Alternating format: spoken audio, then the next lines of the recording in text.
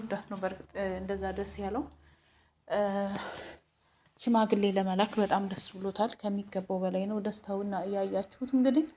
ግን ደግሞ ሄሉ ፍላጎት የለኝም መጀመሪያ እኔን ልብ ለልብ መገናኘት አለብን እያለች ነው። እና እኔ በነገራችን ላይ ናቲ ይወዳታል፣ እሷም ትወደዋለች።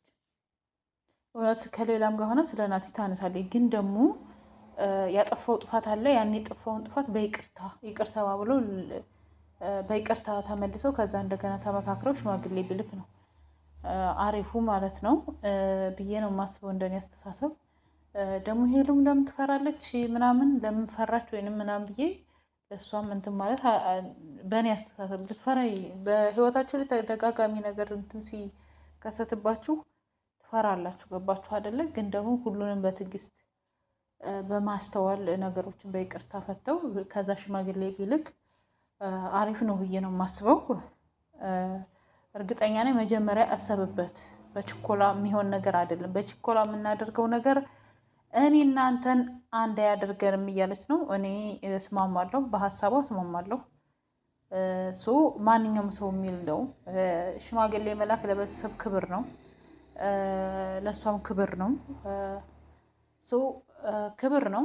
ግን ደግሞ መጀመሪያ ሽማግሌ ስለተላከ ስላልተላከ ሳይሆን እሷ እና እሱ በይቅርታ። ምክንያቱም ልጅቷ መጀመሪያ ገብታለች፣ ስለገባች አሁን ላይ ነገስ በርቀት ሆኖ ምን ይፈጠራል? ደግሞ መራራቅ ራሱ እንደነገርኳቸው አንድ እንትን ነው እና ምን ይፈጠራል ብላ ስለምታስብ መጀመሪያ ይቅርታ ተጠያየቁ። ተስፋ አትቁረጥ ናቲ፣ ሄሉም ተስፋ አትቁረጭ። ፈጣሪው በነገራችን ነገሮችን ሁላ ለፈጣሪ መስጠት ነው። ፈጣሪ ያለው ነው የሚሆነው።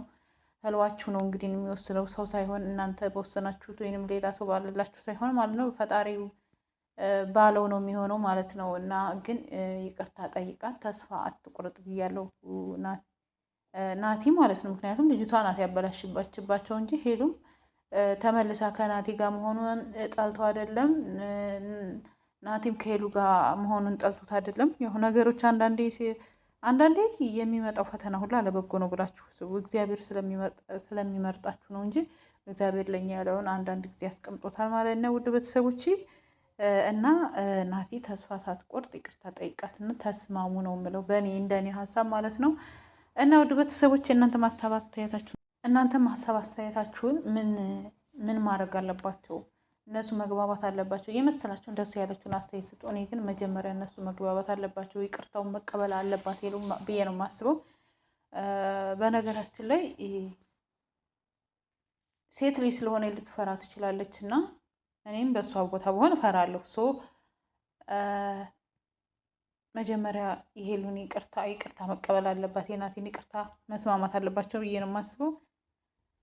እና ውድ ቤተሰቦች እንግዲህ ፈጣሪ ከእንደዚህ አይነት እግዚአብሔር አምላክ ይጠብቅ፣ ከክፉ ነገር ይሰውረን፣ ባለንበት ሰላማችሁ ይብዛ እያልኩኝ ባይ